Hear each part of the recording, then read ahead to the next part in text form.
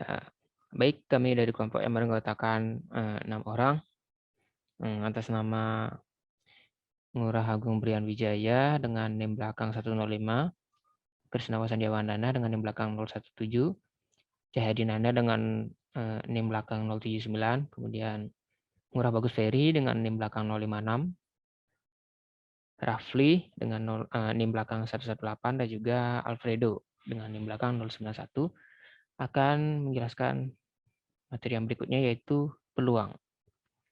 Nah, saya serahkan untuk penjelasan tentang materi peluang kepada Alfredo. Baik, silakan Alfredo. Oke, terima kasih atas kesempatan yang diberikan. Kali ini kita akan membahas materi tentang peluang. Sebelum kita membahas tentang peluang, alangkah baiknya kita harus tahu peluang itu apa. Peluang atau dikenal juga sebagai probabilitas merupakan cara untuk mengutarakan pengetahuan atau keyakinan bahwa suatu peristiwa yang kita lakukan itu akan terjadi atau sudah terjadi. Peluang bisa diartikan sebagai cara yang dijalankan untuk memahami kemungkinan terjadinya suatu peristiwa. Dalam peluang ini juga dikenal beberapa notasi dan istilah. Yang pertama, percobaan atau eksperimen adalah sembarang proses yang membangkitkan data.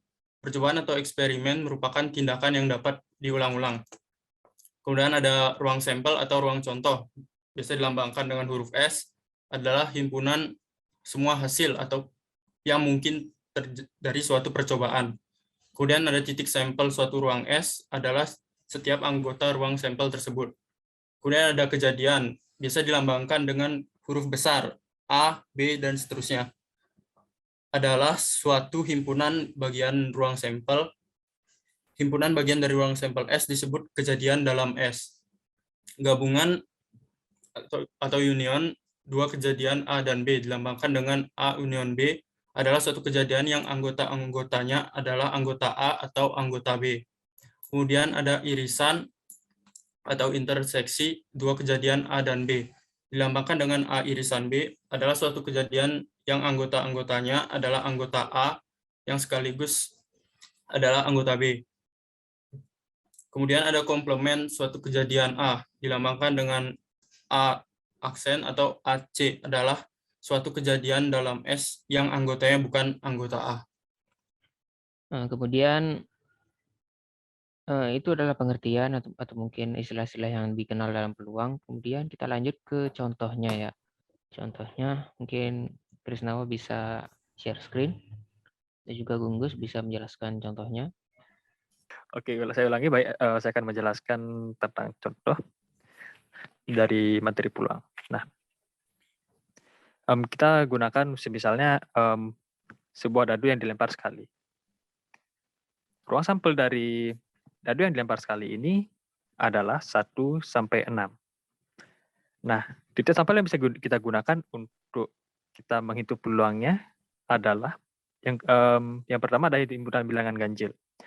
Nah, himpunan bilangan ganjil ini ada 1, 3, dan 5. Titik sampelnya ada 1, 3, dan 5. Sedangkan untuk himpunan bilangan 6, genap, titik sampelnya adalah 2, 4, dan 6. Nah, jika kita ingin menghitung nilai peluang dari titik sampel himpunan bilangan ganjil dan himpunan bilangan genap, maka kita bisa menggunakan rumus sebagai berikut. Peluang A adalah titik sampel yang kita cari dibagi dengan ruang sampelnya. Nah, ruang sampel yang kita gunakan adalah dadu dilempar sekali. Oke, kita akan hitung nilai peluang dari titik sampel himpunan bilangan ganjil nih. Nah, kita dapatkan bahwa kardinal dari himpunan bilangan ganjil ini ada 3. Dan kardinal dari titik sampelnya yaitu himpunan semesta dari yang terdiri dari semua dari himpunan bilangan ganjil dan digabung dengan himpunan bilangan genap adalah 6. Jadi nilai peluangnya adalah 3/6. Dan kita dapat bahwa nilai peluangnya adalah setengah atau dalam desimal yaitu 0,5. Untuk bilangan genap itu sendiri sama seperti bilangan ganjil karena kardinal dari himpunannya adalah 3. Jadi langsung saja untuk nilai peluang dari himpunan bilangan genap atau titik sampel himpunan bilangan genap itu sendiri sama dengan nilai nilai peluang dari titik sampel himpunan bilangan ganjil yaitu setengah. Nah, Gunggus, Yang di atas itu. kalau misalnya kita mengambil contoh lain, misalnya dari dadu ini kan ada 6 ruang sampel kan, 6 ruang sampel Ya. atau 6 kardinal jumlahnya. Kemudian kita ingin mengambil misalnya angka prima ya. Jadi bagaimana itu? Ya. Ini apa namanya, menghitung nilai peluang dari titik sampel himpunan bilangan prima ya. Iya. Jadi kalau misalnya kita ingin mencari berapa bilangan prima dari satu kali pelemparan dadu itu yang bisa muncul gitu. Jadi gimana Iya, itu? iya. Caranya adalah pertama kita bisa mencari titik sampel dari himpunan bilangan prima. Nah, dari 1 sampai 6, bilangan primanya adalah 2, 3, dan 5. Nah, karena kardinal dari himpunan bilangan prima ini sama dengan kardinal himpunan bilangan ganjil dan himpunan bilangan genap, maka kita langsung saja memasukkan nilai kardinal dari himpunan bilangan prima, yaitu 3, dibagi dengan kardinal titik sampelnya, yaitu 6. Sehingga nilai peluang dari titik sampel himpunan prima ini adalah sama, yaitu setengah. Begitu. Nah, jadi bisa kita lihat di sini bahwa salah satu contoh dari penggunaan peluang ini yaitu di pelemparan sebuah dadu yang ada 6 sisi ya masing-masingnya. Jadi ada 6 total ruang sampel, 1, 2, 3, 4, 5, dan juga 6. Nah, kalau misalnya kita ingin mencari peluang dari suatu kejadian ya, kita harus tentukan dulu kejadian yang mau kita hitung ya. Misalnya berapa bilangan ganjil yang mungkin muncul dari satu kali pelemparan dadu. Ya, ini satu kali berarti kan ganjil dari satu kali pelemparan dadu itu 1, 3, 5. Berarti ada 3 ya, 3 titik sampel. Kemudian rumus dari peluang itu sendiri kan titik sampel dibagi dengan ruang sampel. Berarti titik sampelnya itu 3, ruang sampelnya 6, berarti 3 bagi 6 ya setengah. Artinya ada setengah peluang ya dari satu kali pelemparan itu. 50% peluang gitu. Jadi mungkin untuk contoh materi peluang seperti ini ya. Mungkin contoh lain atau mungkin soal yang mau kita bahas itu soal lain. Mungkin ada ya Gunggus ya? Ya, ada.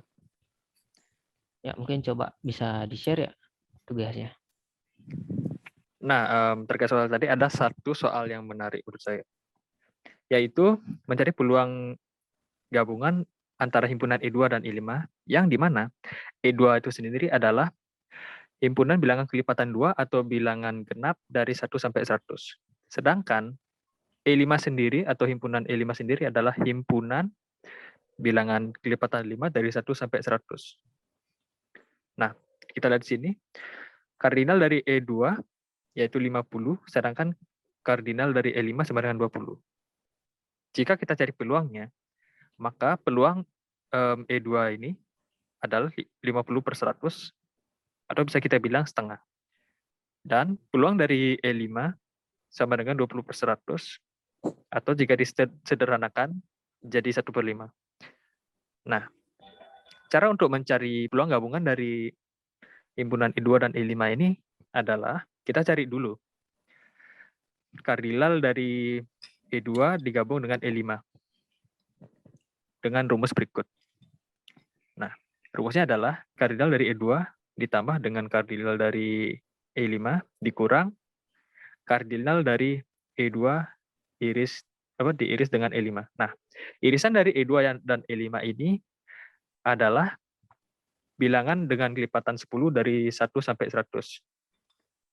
Nah, yang kita dapatkan kardinal dari irisan E2 dan E5 adalah 10. Titik sampel dari himpunan E2 diiris dengan E5 adalah dari 10, 20, 30, sampai 100. Sehingga kita dapatkan 10. Nah, kita jumlahkan, maka kita dapatkan 50 kurang 20 kurang 10 sama dengan 60. Sehingga kita bisa mencari peluangnya bahwa nilai peluang dari gabungan antara himpunan E2 dan E5 adalah 60/100. Jika disederhanakan menjadi 6/10, lalu pada akhirnya menjadi 3/5. Begitu. Apa bisa dipahami? Ya, berarti Bisa. baik. Jadi contoh soal yang Bung Gus bahas tadi adalah salah satu contoh ya dari inklusi sama eksklusi. Jadi inklusi sama eksklusi itu konsepnya mirip dengan header atau subtractor kalau kita bicara tentang dalam istilah bahasa Inggrisnya gitu. Header itu pertambahan, subtractor itu mungkin selisih ya bisa dibilang. Jadi di sini bisa terlihat kardinal dari E2 dengan yang digabung ke E5. E2 gabung E5, kardinal dari keduanya itu bisa didapatkan dengan kardinal dari E2 ditambah dengan kardinal E5, kemudian kurangi dengan kardinal dari E2 iris E5. Jadi hasilnya itu sudah didapat 3/5. Baik, sekian pemaparan materi dari kelompok kami terkait dengan ya matematika diskrit ya. Kami yang beranggotakan 6 orang mengucapkan terima kasih atas perhatiannya dan juga sampai jumpa.